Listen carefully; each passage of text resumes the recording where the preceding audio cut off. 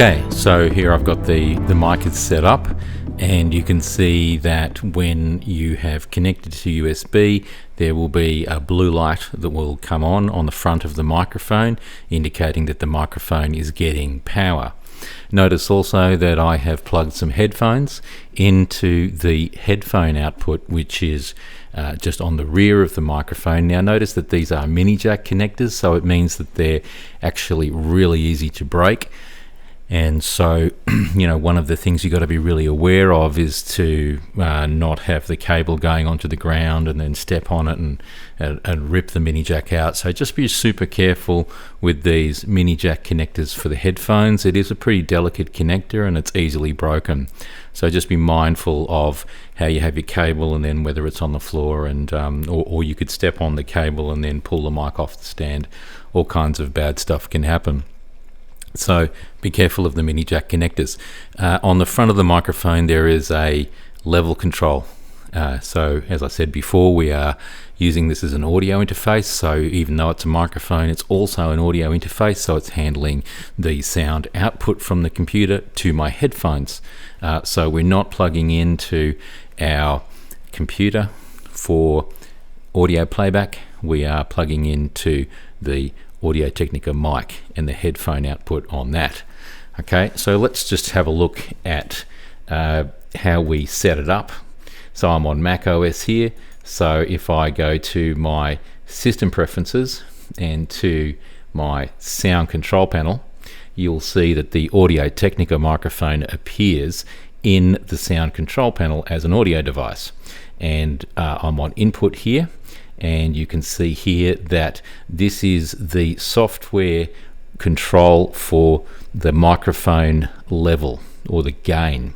Now what's really important about a USB mic like this, and the fact that it's a integrated audio device preamp as well as a microphone, is that the only place that you can set recording level or the microphone gain is in software from this sound control panel. Okay, so a lot of people get confused about this. They think that when you're in Pro Tools, you can essentially just move the input fader up and down. That will do nothing to control recording level. It's playback level only. So when we're recording and we're trying to set recording levels properly, and we're trying not to clip, and on the other hand we're trying to get enough level into Pro Tools, then the only place we can do it if we're using one of these USB mics is right here in this sound control panel. So you'll probably want to have this popped out on your computer when you're working, so that you can see the kind of level that you're putting out of your microphone into Pro Tools. Okay, so we need to have the AT2020 selected as the sound input device, and then also, because I'm listening through my headphones from the Audio Technica mic as an output device, we also need it selected there too, to the AT2020. So that will send any audio from the computer back to the headphones and the headphone outlet that's coming out of the back of the microphone. And it's really important to do it this way, and to not plug your headphones into the computer outlet or any other audio device. You have to be plugging it into the Audio Technica, or we won't be able to do the things that we need to do in Pro Tools later on. I'll show you how to manage latency with one of these microphones. The microphone itself has a headphone level control on the front, so you can turn yourself up or down on the microphone itself. There is a balance control also, which balances between the computer sound output, so that could be Pro Tools or anything that's playing back on your computer, and the level of the mic that's going into it. So it's balancing between microphone input and computer sound playback. You've got to have it turned towards the microphone on that balance control before you start hearing yourself back through the headphones from the microphone input. Okay, so that's how you set up the sound control panel, and that is the first step after you've plugged the microphone in and powered it up. While we're here, I might as well demonstrate the microphone. I want to get in close now, and I want you to listen to how direct it gets, and also we get a little bit of proximity effect. You can hear a little bit of a pop there. When I'm really close like this, then the bass frequencies get emphasized because this is a directional microphone. Okay, as I move further out, then you're going to lose that a lot of level, and you're also going to lose bass frequencies. And then the other thing is that you'll hear the sound of the room.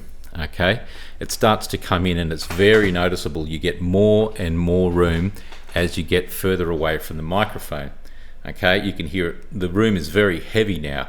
Okay, so I'm about half a meter away from the microphone. I'm in a fairly reflective room, and then as I come in closer again, you'll see how much more direct it gets, and we start to lose the room, and it gets incredibly close and quite detailed.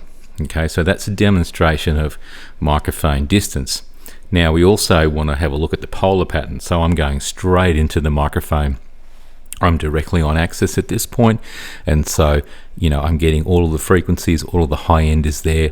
But as I move off the axis to off axis, and I'm into the side of the microphone, then obviously I'm losing a lot of detail as well as a lot of level. The high end drops away, the high frequencies, and then as I come around to the front of the microphone again, not only do I get louder, but you also get more high frequencies and more detail. Try that one more time.